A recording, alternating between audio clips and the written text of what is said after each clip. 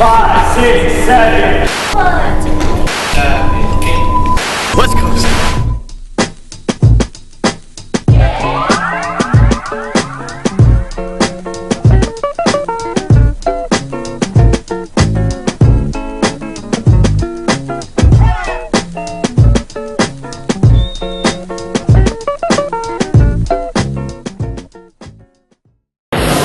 Hello, my name is Emerson Aquino from San Francisco. I was born in the Philippines. I always wanted to be a dancer when I was a kid. Actually, I used to watch like ABBA and actually did dances with like watching Filipino like variety shows. So that was kind of my inspiration. So I always loved music and I always loved movement. My family, I moved here in 1995 to actually the US, but I moved to San Diego. So some of my background is training with Culture Shock San Diego. That's actually when Bing wasn't dancing yet when I started dancing. But Culture Shock San Diego was definitely one of my outlets into like training. I went to Mesa College to do some of the dances over there. But practically around that time, the dance companies that were really crazy or on top of their games were Couple Modern, Pack Modern, Team Millennia, and of course Culture Shock was definitely on top of their prime. There was no fungonometry around that time yet. Yes. Then I moved to the Bay Area in 2002, and that's when I started fungonometry. Wanna see a picture? Take a dirty picture for me. Take a dirty picture. When I was in San Diego, I joined Second to None. But actually, in college, when I was going to Southwestern, we started a group called Anarchy, which is a group of friends. It's the funniest thing because, you know, I was so like, I wanted to dance, but when I was trying to teach class, I didn't know what 8 counts were. So I literally counted when I first taught my class, I counted till 10.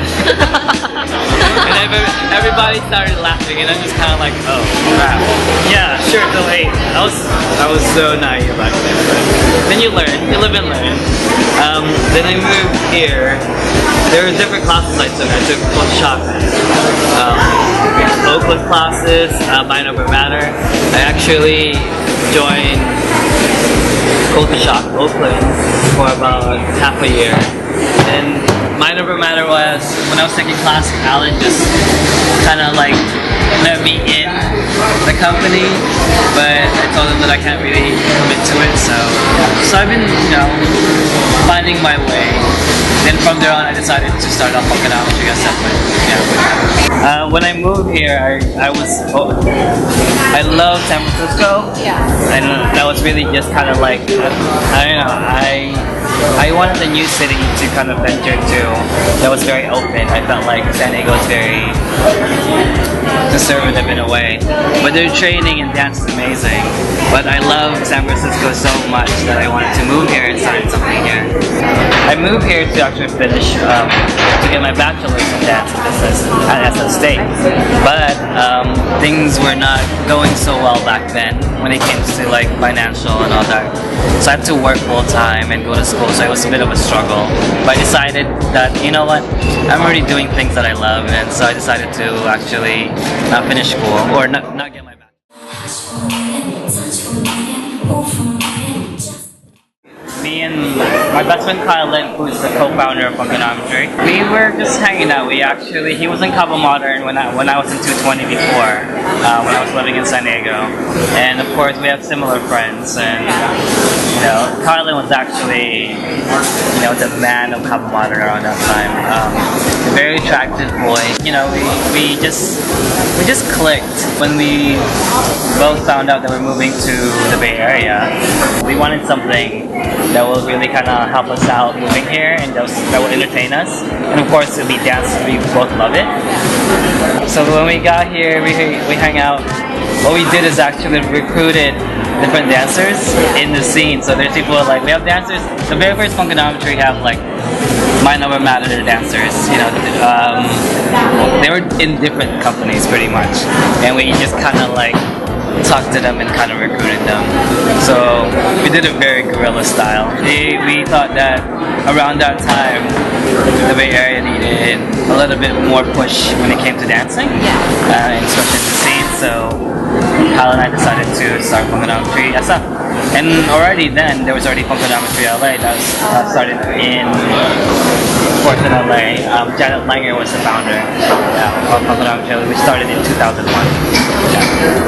So yeah, that was pretty much how everything started. We perform all over the Bay Area. We really just kind of wanted to start a company that is cultivating and has some really amazing training background. And most of our culture actually are influenced by Kaba Modern. So when we do, like, when we prepare for a show, we do things that are very similar to Kaba Modern. So the scene was definitely smaller at that time.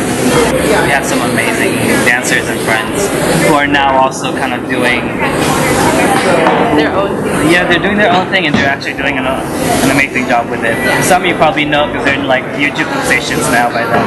Yeah. So.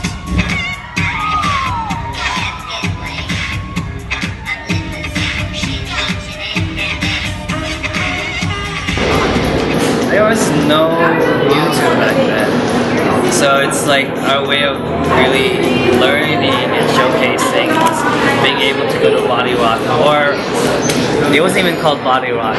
Gosh. What was the name before? There was a name to it. Buster Group, which was actually thrown by a good friend of mine, Anna Sarao. We're actually best friends.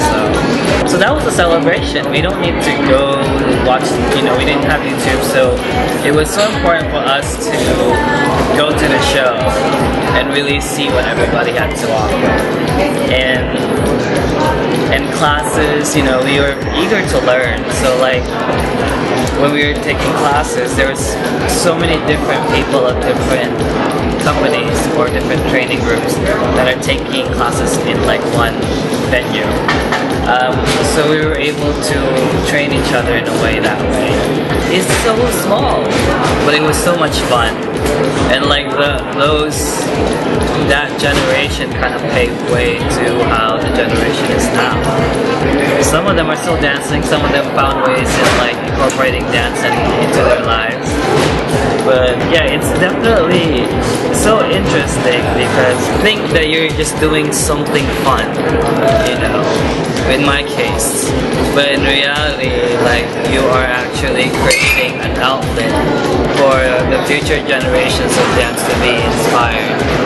And, so it kind of helps. Because I was really all about, like, I want to be able to do something with dance and actually make money out of it too, kind of like a living. So yeah, but yeah, the generation it was so small back then, and everybody knew each other. So there was that fire of like competitiveness, but like at the same time, we respect each other, and we know everybody. Now there's so many, I could barely keep up. Like, when I go to a dance show or a competition, I don't know half of these people. Or actually, no, 80% of those people I don't know. I only know, and back then it's just like you know everybody. You know everybody. You know who the newbies are. So the community was definitely smaller, and yeah, that's what makes it so much more valuable in a way. But yeah, that's how our scene was before. I think. It's kind of hard because it's good and bad. Good because there's more outlets for dancers to pursue. Bad because there's too much outlets that dancers are paving into. The reason is like people nowadays they don't know how to commit to a team. There's such a increase of turnaround when it comes to dancers nowadays because they're like, if they don't like this, they're like, oh, I'll go join a different company. But like back then, it was more like, I'm gonna join that company, and it's almost like we're gonna work together. We're gonna work hard to make the company a successful company. Nowadays it's just kind of like, I would say the dancers are into themselves more than into the company, and that is, I think, an obvious difference that I notice. But just in general, the community is a little, I don't know, it kind of breaks my heart in a way, you know, because I wish dancers are more eager and they really know how to work hard, but there are some, but for dancers that don't see it that way, that are selfish and just are doing it for themselves, you know, more power to them, but it really kind of puts, it dampers the, you know, the community when it comes to in that situation. So yeah, what the older dancers have is basics and fundamentals. They understand the, you know, naturalness of movement and how it's supposed to look in a more natural aesthetic manner. What the new dancers lack is, I think that's it. Like they don't. When I'm watching like dance competitions and I see, you know, the different teams, I get so depressed, more infuriated. I get really upset because I watch it and I see it's like the movement is just so mechanical, and yeah, there is motions behind the hands and the, you know, the movement. But if I watch the whole body moving, I don't see the style at its best. So that really disappoints me. Because to me, when you're doing a certain style, there's something so natural about it because you've been doing it for such a while. And you know, it's like, you need to train eye, or you don't even need to train eye. You can notice it that there's a certain swag behind the movement that just is unexplainable because, you know, you know that they've been doing it for a while. Same thing with b-boy. Like, you know, like you could tell, that's more obvious when you are a beginning b-boy dancer or a b-girl. You can tell that your fundamentals are so off. You know, with me, when it comes to choreography, I can see when a dancer is still a beginning dancer too. Because by the look of their movement, it doesn't look refined. It's not as peppered, or what's the word? It's not as flavorful to me. So yeah, like you could give me fancy formations, but if I look at each dancer and I look at them and their execution just is so mechanical, that to me is a big minus on the execution board. You know, so like I think a good companies like Choreo Cookies, UFX, Boogie Monsters, the company, those teams keep it, you know, they keep their tradition and their style. And you know, like, even though with us too, like, you know, people, you know, our team to be we do like very sassy and like a lot of sexy dances. It's because that is something that we know that we're good at.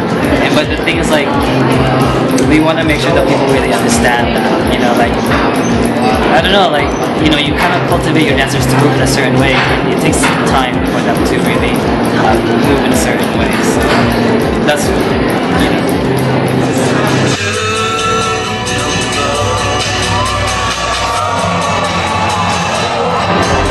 Before, it was really just like, what keeps me motivated? It was more like me, like before. Pursuing dance as career was my motivation. Then you get older, and things change. Then things becomes more symbolic, and now lately my motivation is really just kind of like everyone to the point that, I don't know, like someone just actually talked to me, just kind of like my cousins. I go to a family party and my grandma disses me for having dance as a career in front of my whole family, and, you know, at a party. And my cousin goes, my little cousin, she's like what, 13, 14, and she goes, "Grandma, at least he's doing something that he loves to do." And I'm just going, oh my god, you know, here I am. My cousins are actually all like my biggest fans. They're like, they love, you know, they love fungonometry. They watch my videos. They know me as a dancer, and they love the fact that I chose it as a career. Just when it comes to your passion in life, like, as much as, you know, you would love to think to be comfortable by living life and having a well-paying job, that's only a tiny piece when it comes to how you want to live your life, you know. I think people really need to stick what they feel is truly important to them. And if they feel like dance is important and it's something that they could really feel like they can make a career out of it, then do so. Not everyone could be a doctor, you know. And if anything, we have enough doctors, you know, like, we have enough engineers in this world too. We need people that really could just flourish and just enjoy art. But like anything that could make you happy, we need those kind of people. So that is also another motivation.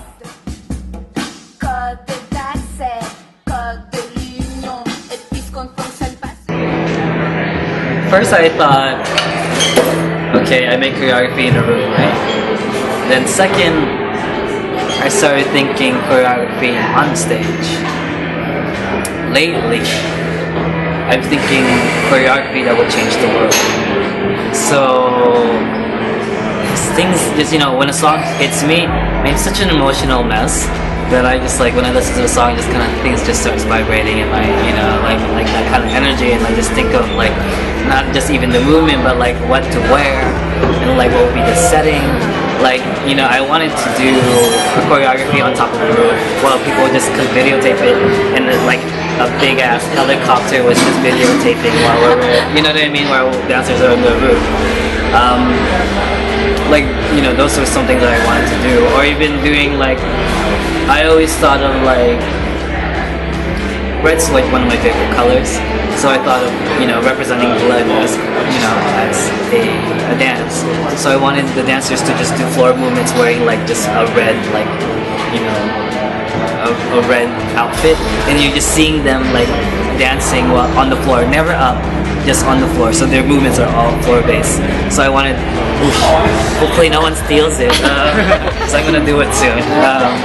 So that's something that I want to do because, you know, like everybody in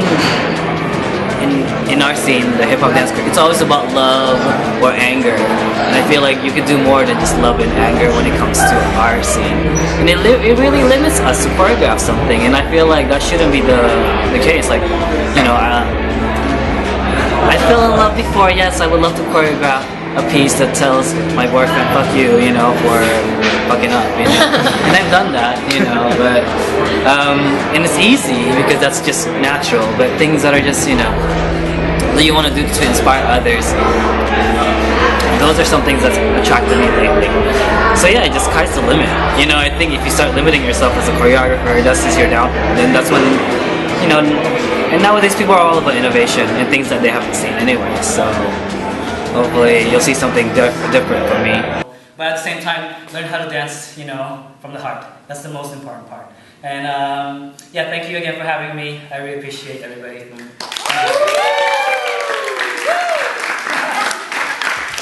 Dance lumps. Is there?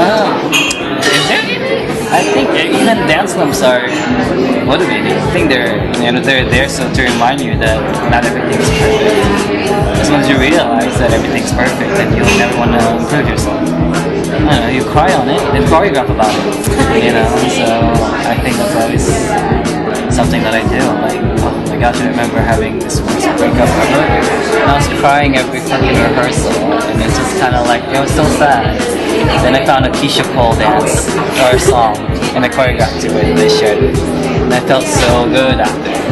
And that's what's so good about being a dance choreographer or a dancer. It's like, we have those tools. The aliens are suggesting that, yeah, we exist. We actually live in 2 planets, and there's 4 moons. We have 4 moons. That's scary. So I'm all like, maybe if this solar flare happened, they're gonna come down and be like, hey, we got you. Keep dancing. It's healthy. You know, it's good for you. Yeah, and if you're not dancing with the company, still dance. Take dance classes. I think there's no ending to it, but never give up to it. I feel because if once you give up, you kind of give up on a dream. You know, and for that on, it's just, I don't know. To me, you just felt empty. When I wasn't dancing, I felt empty. I didn't know what to do with myself. So I don't know how people, when they're young, and they tell themselves that they're going to be dancing for the rest of their lives, but end up not dancing when they're 22 because they need to focus on their careers. I don't understand that whole way of thinking. I think, you know, you keep dancing because you love it. Don't agree on the politics, or don't let politics when it comes to dance affects you. Do it because you love it. And I think that really is the true beauty of dance. Is like, you could take a break, but you can always get back to it.